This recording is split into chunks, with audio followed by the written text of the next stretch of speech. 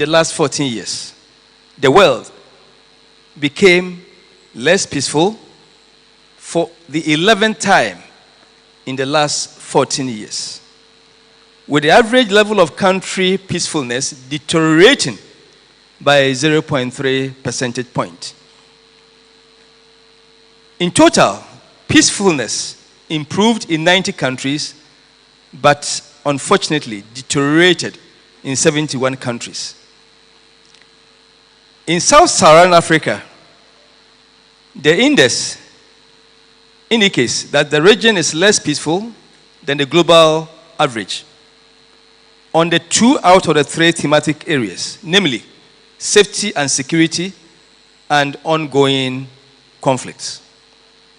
In terms of militarization, the region was more peaceful than the global average. Coup d'etats, disputes over election results, and allegations of corruption were among the key factors which led to a rise in civil unrest and political instability across the region. In Africa, Mauritius was ranked as the most peaceful country in the region. But guess what? Your country, Ghana, followed as the second most peaceful country. But we will assess that. The overall peacefulness in the region, however, please listen, fell to the lowest level since 2008, with the deterioration of 13.7% compared to that of last year, 2021 I mean. Deterioration in peacefulness in the region occurred in Guinea following a coup d'etat in September 2021. Burkina Faso experienced the second largest fall in peacefulness in the region, and they are our neighbors up there, with deterioration in all the 3 domains largely influenced also by a coup d'etat in January 2022. Your country, Ghana, slightly to 1.759 percentage points in the 2022 index. Though we maintained our position as the first in West Africa, second in Africa, in terms of the scores, Ghana came down. So it means that we are not doing too well. The GPR for 2022 also indicated that key to building peacefulness in these times of conflict and uncertainty is what we in the peace field will call positive peace.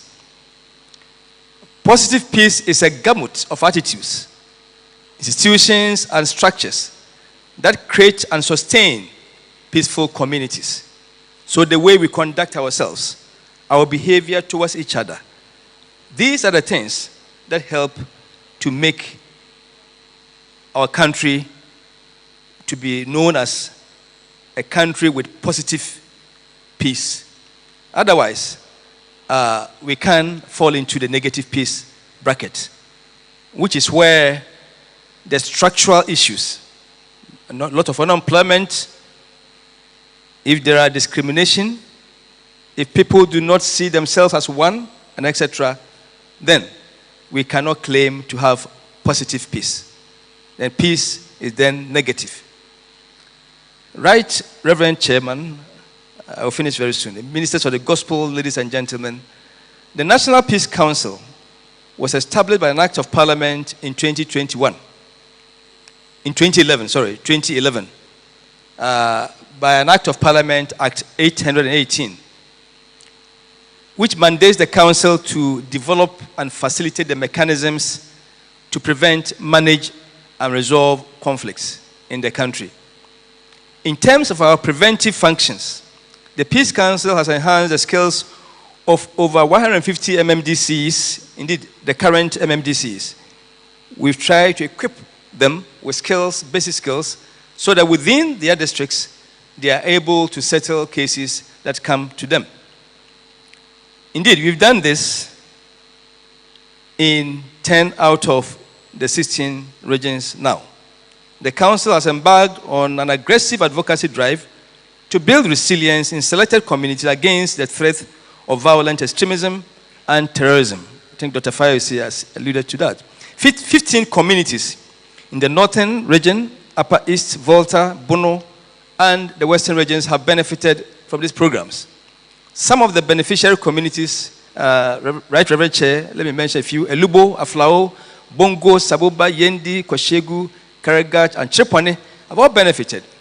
Besides, the Peace Council is working hard to deepen religious tolerance in this country, particularly in the northern region, to enhance religious tolerance and peaceful coexistence. The Peace Council is working together with partners in reviewing the Dagbon traditional constitution and the Dagbon Development Committee to ensure that the peace in the area is sustained. I'm also happy to inform you that the Peace Council continues to contribute to conflict interventions in the country. In the recent years, the Peace Council has intervened in a number of conflicts. Indeed, currently, we have 292 cases across the country that we are handling. And out of that, 113 are on chieftaincy. Right, Reverend Chair. In conclusion, I want to urge the Presbyterian Church and the Christian community, we have a lot to do to fulfill the theme that we have selected. Christ's love. Christ's love should cause us to make some movement. I think Dr. Yumi told us. And that movement should be towards reconciliation. When I sometimes look at our children who are here, I do not see a bright future